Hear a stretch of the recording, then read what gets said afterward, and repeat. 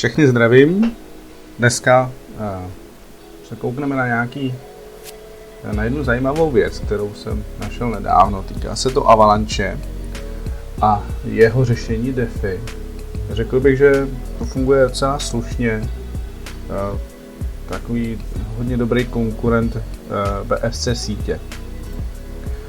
Pak samozřejmě něco se stalo o víkendu, v pondělí, to asi každý ví, vývoj Bitcoinu. Já jsem si ještě včera nakreslil nějaký hodnoty nebo hranice, podle kterých se budu jak rozhodovat, ale pouze s malým množstvím portfolia.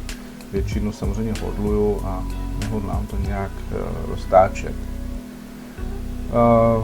Podle mě, pokud přes noc to nedopadlo tak špatně, což jsem měl strach, aby to nešlo podstatně níž, pak nevidím moc prostoru, možná ještě někde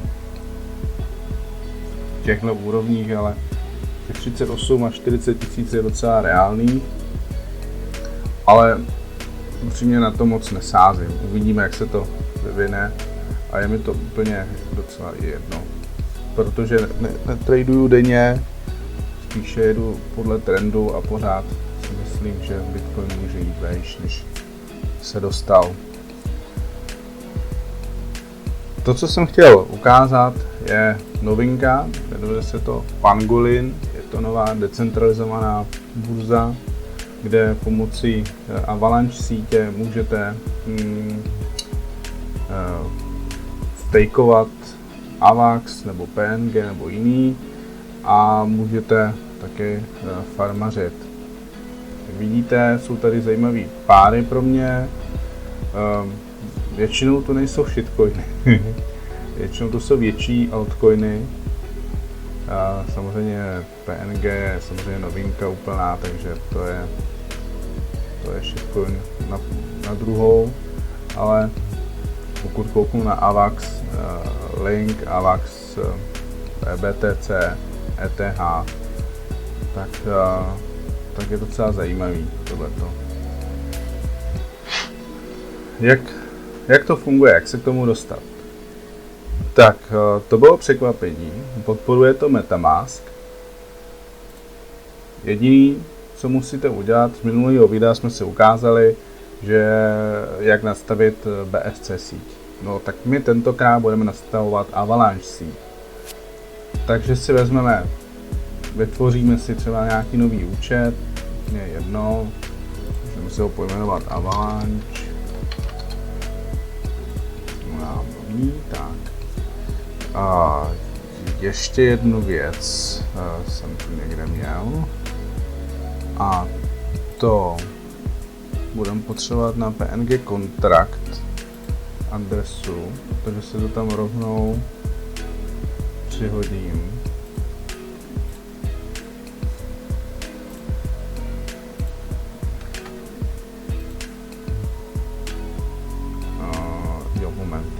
Ještě brzo, ještě nemám hotový tu Avalanche, takže jdeme na to. Jak na to? Takže já si překopíruju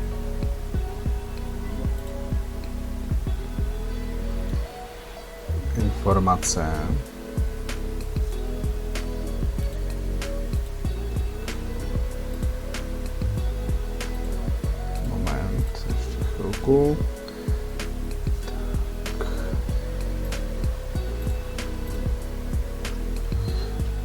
Dobrý.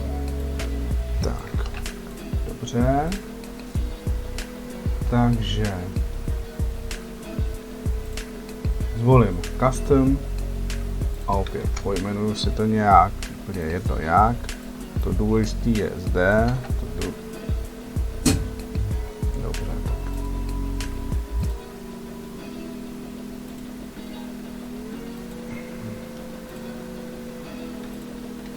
Adresa, to je důležitý.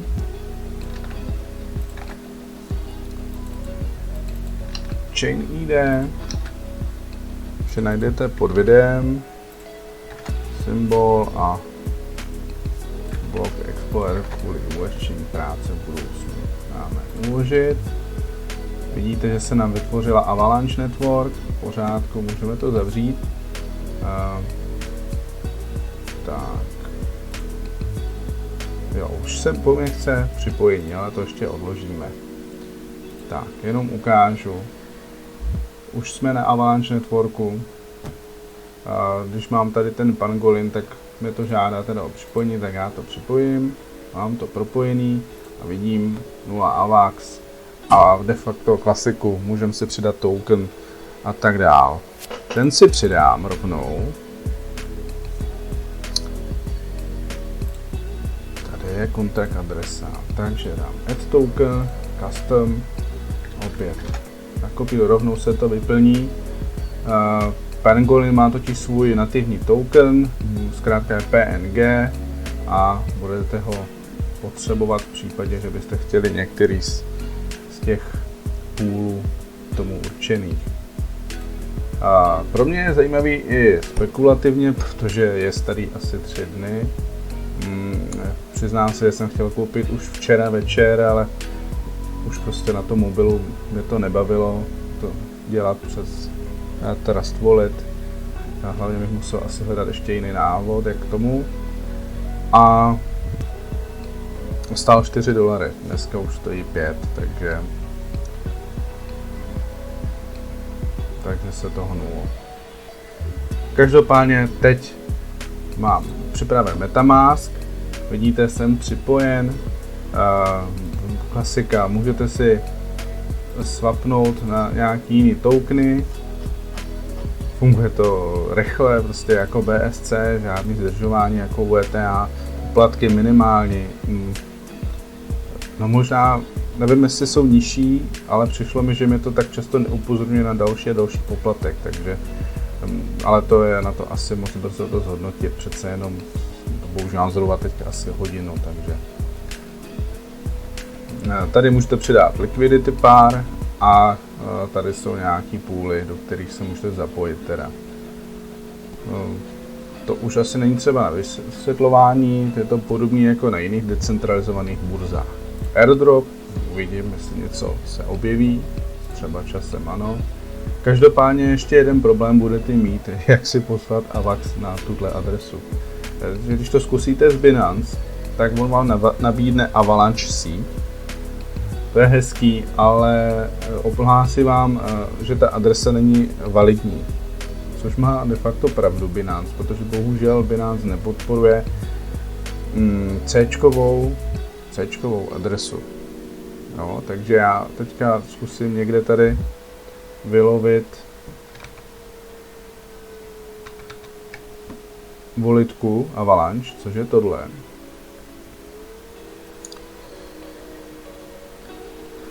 Jdete na tuto adresu, nepoplést, abyste se dostali někam, kam nechcete, a dáte se vytvořit volitku. To je všechno v pohodě, tam budete pokračovat nějakým průvodcem. No. Tak, já si už tam můžu přihlásit, vytvořil jsem si prázdnou předem a vložím tam teďka síť.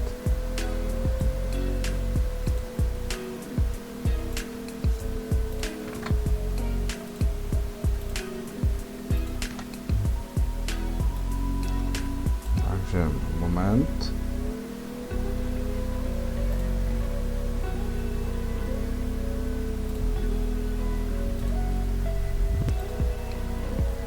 Tak. Připraveno.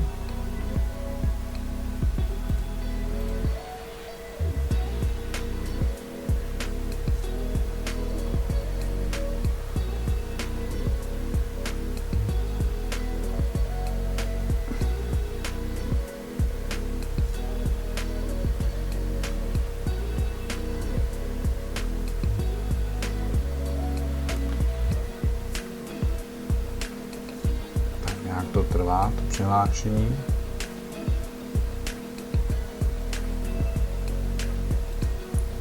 Už to vypadá, že začnu mluvit o ETH. Přihlášení se teda podařilo. Takhle vypadá volitka Avalanche. Vy, co uděláte, tak na tuhletu adresu si pošlete z Binance Avalanche. Poté je třeba provést cross-chain. Mimochodem Avalanche má docela výhodný earn, stakeování. A přijde mi to jako z těch běžných kryptoměn jako jedno z nejlepších. Ale podobně samozřejmě na to například ještě Atom nebo ještě Algorand má taky celkem obstojný staking. Tak, každopádně cross-chain nás zajímá v tuto chvíli. Já tady teďka samozřejmě nic nemám, ale když tam něco pošlete, uvidíte tady nějaký Avalanche. Ten bude v takzvaném X-chainu a vy to potřebujete dostat ne do P-chainu, ale do C-chainu. Takže si to takhle navolíte, vidíte tady jednoznačně ten rozdíl, nastavíte, kolik tam chcete převíst těch Avalancheů. Pláců 10, to samozřejmě nepůjde, ale tady byste potvrdili confirm, vidíte, že fee je minimální a automaticky se to převede do C-chainu. Poté vezmete send a místo X si prokliknete C, dostanete se na ten správný chain, zvolíte, kolik množství Avalanche chcete poslat a dáte adresu zde, kterou máte uvedenou v Metamasku. Jo, takže když já se vrátím na Metamask, to je tady, že jo, tak si překopíruju tuhletu adresu, mám ji skopírovanou a vložím ji sem a dám confirm. Uvidíte, že poplatky jsou nízké. Poté se vrátíte zde, uvidíte, že tu nějaký Avalanche máte a pomocí swapu si to přehodíte třeba na to PNG a získáte Pangolin. Je to decentralizovaná burza, funguje to opravdu hezky, myslím si, že by to mohlo zaujmout pár lidí, takže uvidíte sami. Z mýho pohledu, jestli Binance udělal z $40 a 350 během měsíce, že jo, ani ne. Avalanche samozřejmě měl taky nezvyklý hrán a řekl bych, že hodně podobný jako Binance. Začínal na kolika, na $5-6, pak se dostal na nějakých $40-50. Taky slušný. A asi je to i díky tomuhle. Jo? To přece jenom ty DeFi jsou teďka hodně oblíbený a pokud to chcete použít, tak vám nezbývá nic jiného, než ten Avalanche prostě mít. Jo? Takže čím víc toho chcete, tím víc Avalanche musíte koupit. Protože stačí kouknout jenom na ten pool, tak většina užitečných věcí, pokud člověk nechce extra riskovat, tak je v Avalanche. Jo, za mě já tomu farmaření ještě asi tolik nepropadl, ale některé věci jsou zajímavé. Například na Pancakeu se snažím, jsem nechal zatím pouze jeden pár, a to ADA versus BNB, protože oba tokeny jsou pro mě zajímavý a jak se to myslím přeleje, tak je mi to docela jedno. No, asi by mi nebylo úplně jedno, kdybych zůstal v nějakým shitcoinu, to jako opravdu, to už jsem zažil párkrát a například takový Capacity, ten prostě už asi z hlavy nedostanu, ale prostě stalo se. Tak. To je asi tomuhle. Myslím, že by Avalanche to mohlo pomoct, když se podívám, jak to teďka vypadá s Avaxem. Tak, můžeme se koukat na USD páry. Je vidět, že prostě ten run byl slušný, teď došlo nějaký korekci.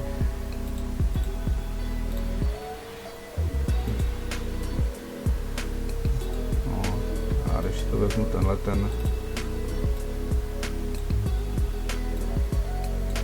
tak jako jakmile by prolomil někde tady tuhletu úroveň $34, jak by to mohlo být pro ně asi dobrý.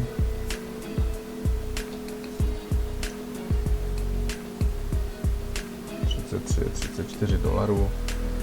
Na druhou stranu dolů to klesá taky výrazně.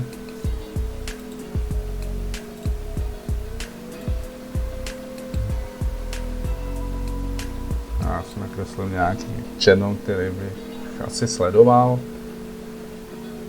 Prostě když by to vylezlo z tohohle nahoru, tak by to bylo pozitivní. Samozřejmě, když se bude držet v něm, tak jako ten sestup je docela slušnej, no. Už v tuto chvíli Avalanche ztratil z ty hodnoty, když vezmu nějaký low, 62%. Já jsem prodával, co jsem měl už dřív, někde tady na této úrovni. To jsem udělal teda dobře, očividně. A každopádně něco mám pořád loknutý, takže s tím čekám a osobně od toho čekám trochu ještě víc. Podobně jako od BNB, prostě Avalanche je funkční, rozvíjí se, mají spoustu partnerů. Stále není Coinbase, což bylo už oznámeno dávno, že tam jednou bude, takže to je další fundament, který s tím pohne, i když vždycky tyhle ty listování do burs a delistování jsou spíš jako na nějaký short time, jo. Jako, že nějaká pumpa, to, já nevím, moje představa, když by to vyšlo teď, tak kdyby to prolomilo tenhle ten channel, tak to pomůže tomu, že najednou se za to začnou zajímat TA guru a začnou povídat, že brýknul nějaký channel a třeba to vytáhnout ještě dál než samotný listing, jo. Listing udělá, dejme tomu 10%, 15%, když bude nálada na trhu. U tady tohohle velkého autu nemyslím si, že to udělá víc.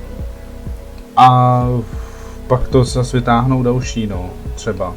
Jo. Taky samozřejmě to může dopadnout jako, když by nebyl nakloněn trh, šlo by Bitcoin by šel dolů, tak by to taky mohlo dopadnout, že to bude falešný brýk a TA guru řeknou, no tak už jsme zase, že jo, v channelu zpátky, tak se jede zase dolů a nic se konat nebude. Jo. Ale každopádně ty listingy jsou jako na nějakou krátkodobou spekulaci, bych řekl. Jo, ale na druhou stranu, když to vezmu zase z toho dlouhodobějšího pohledu, to, že Avalanche by se dostal na Coinbase, mu zvedne likviditu, zvedne mu to přístup k dalším penězům, hlavně těch institucí. Sice nikdo neříká, že nějaká banka půjde a rovnou si koupí Avalanche, to asi ne, ale prostě ta možnost zde bude později, jo, časem. Jakmile ta síť zostane, tak jako Ethereum, to ze začátku taky jako nikoho nezajímalo. Jo, dneska už to instituce berou. Bitcoin také. Jo. Nemyslím si, že to budou jediné dvě kryptoměny, které budou zajímat instituce. Časem budou chtít i jiný. Litecoin, Avalanche, nevím, jestli Binance Coin, tam samozřejmě ty americké instituce asi nebudou dát peníze do čínské kryptoměny, možná se mýlím, možná ne.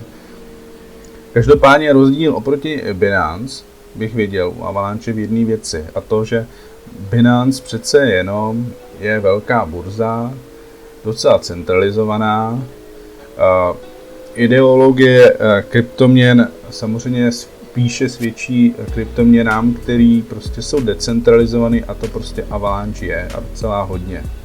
Takže z tohohle pohledu Avalanche je, řekl, ještě na tom lépe než Binance Coin. Zase na druhou stranu Binance Coin má za sebou velkou burzu, která prostě má ohromné množství uživatelů a serviruje jim ty data, informace, služby tak, jak vyhovuje Binance. To znamená, že ano, můžete si poslat Ethereum po BSC síti, ale nemůžete si to poslat po Avalanche síti, což samozřejmě, dokud tam nebude Avalanche síť, tak musíte dělat to kolečko, které jsme si ukazovali na začátku. Jo, to znamená přes tu volitku, cross-chain a tak dál. To znamená, že z tohohle pohledu má zase výhodu Binance Coin. Takže vidíme, no, jak se to vyvine. Každopádně si myslím, že Avalanche by mohl přijmout ta skupina lidí, kteří prostě bojují proti BNB z ideologických důvodů. Jo? A mohlo by to být, mě to, jako musím říct, že jsem si vyzkoušel Ethereum síť, nákup Razor se to jmenovalo, nějaký ICO. To byla katastrofa, to rovnou říkám, že to bylo, prostě jsem zaplatil poplatek za nic. Bylo to snad nějakých 40-30 dolarů, protože jsem to pak zrušil, ani to nedoběhlo, když jsem nechtěl koupit za levno. Ono to, samozřejmě ta aukce vylezla úplně do šílených nesmyslů, ale pak když to stálo nějakých 0,6, tak jsem uvažoval, že to koupím. No ale vůbec to nedoběhlo, takže jsem zaplatil nějakých 40 dolarů a nic jsem z toho neměl, jo. A nebo možná i víc za ten poplatek.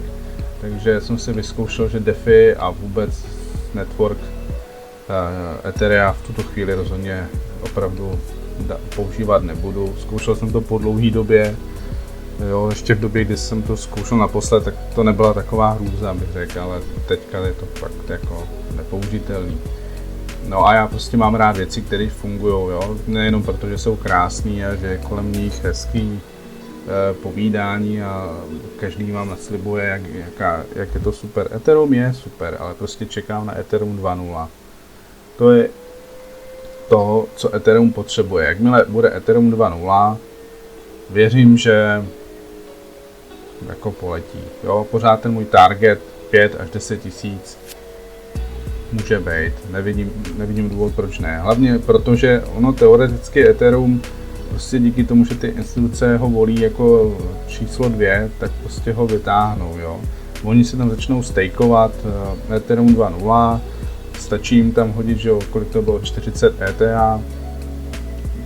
Samozřejmě instituce, co jedou, bude jen v větších levelech, jo, ale prostě pokud člověk má informace, že to Ethereum 2.0 funguje, a že prostě bude v nějaký dohledné době, tak do toho bude investovat. Jo? My ty informace nemáme, protože prostě nám je nikdo neřekne, ale věřím, že Ethereum Foundation, když s někým jedná, tak prostě předává informace, jak na tom jsou. Jo? Takže to prostě samozřejmě jako pro nám to nic nepomůže, protože my se k těm informacím nedostaneme.